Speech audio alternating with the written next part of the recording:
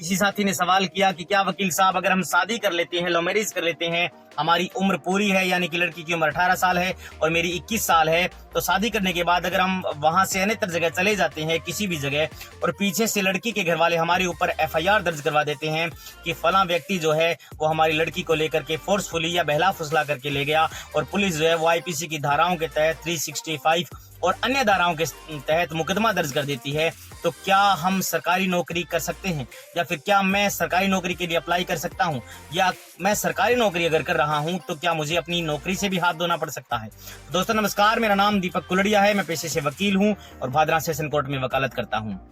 साथियों, अगर इस प्रकार की कंडीशन, इस प्रकार की परिस्थितियां आपके साथ हो जाती हैं तो आपको घबराने की जरूरत नहीं है। सबसे पहले आपके ऊपर जो FIR दर्ज की गई है आप उसकी सर्टिफाइड कॉपी लेंगे। अगर आप ये कहेंगे कि क्या पुलिस के पास हम कॉपी लेने के लिए जाएंगे FIR की, तो क्या पुलिस हमें FIR की कॉपी दे देगी? तो दोस्तों पुलिस, हालांकि FIR ये प्रोविजन है कि पुलिस आपको FIR की कॉपी दे सकती है, लेकिन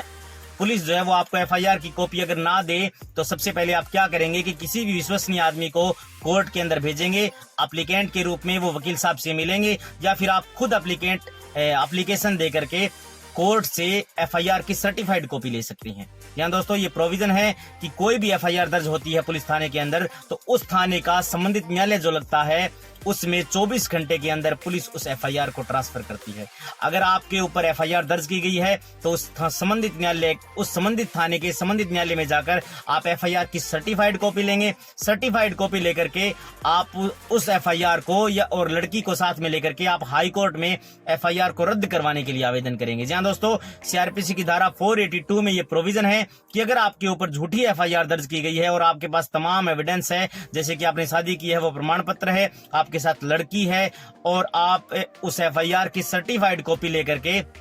एक वकील साहब को हायर करके हाई कोर्ट में आप FIR को रद्द करवा सकते हैं। जहां दोस्तों ये प्रोविजन है और आप जो ऑर्डर करती है कोर्ट, हाई कोर्ट का जो आदेश होगा उस आदेश को लेकर के आप संबंधित न्यायालय, आप संबंधित थाने में यानी कि जिस थाने में FIR दर्ज की गई है उस थाने में उस ऑर्डर को आप थानाधिकारी को सौंपेंगे या जो भी इन्वेस्टिगेशन ऑफिसर है उसको सौंपेंगे। इससे क्या होगा कि पुलिस आपको परेशान नहीं करेगी, पुलिस आपके ऊपर मुकदमा नहीं चलाएगी, पुलिस उस मुकदमे में चालान पेश नहीं करेगी और आपको नौकरी लगने में कोई किसी प्रकार की दिक्कत नहीं होगी। जी हां दोस्तों, ऐसा प्रोविजन है। अगर आपके ऊपर कोई भी व्यक्ति झूठी FIR कर देता है तो तमाम एविडेंस को कलेक्ट करके आप हाई कोर्ट का सहारा ले सकते हैं और मुकदमे के ट्रायल के दौरान और FIR के दौरान भी यानी कि 482 में आप किसी भी समय जा सकते हैं। हाई कोर्ट के पास इनहेरेंट पावर है कि वो अगर तमाम फैक्ट जो हैं वो सही पाए जाते हैं, तमाम एविडेंस जो है वो आपके पक्ष में है, तो आप निश्चित रूप से हाई कोर्ट की शरण लेकर के उस FIR को रद्द करवा सकते हैं। हाई कोर्ट क्या करेगा कि अपने ऑर्डर में उस FIR को रद्द कर देगा और उस ऑर्डर की कॉपी लेकर के आप संबंधित थाने में जाएंगे और इन्वेस्टिगेशन ऑफिसर को सौंपेंगे। तो दोस्तों डेफिनेटली आपके ऊपर दर्ज की गई FIR उसी समय खारिज कर दी जाएगी। इसलिए अगर किसी भी प्रकार की कंडीशन अगर आपके साथ हो जाती है, इसीलिए दोस्तों कानून जानना बेहद जरूरी है। आप इस एक्ट के तहत रिलीफ ले सकते हैं, आप इस एक्ट के तहत पुलिस की ज्यादती से बच सकते हैं। इसीलिए कानून जानना बेहद जरूरी है आपके लिए। आने वाली मेरी वीडियोस देखने के लिए चैनल को लाइक और सब्सक्राइब करें। Thank you.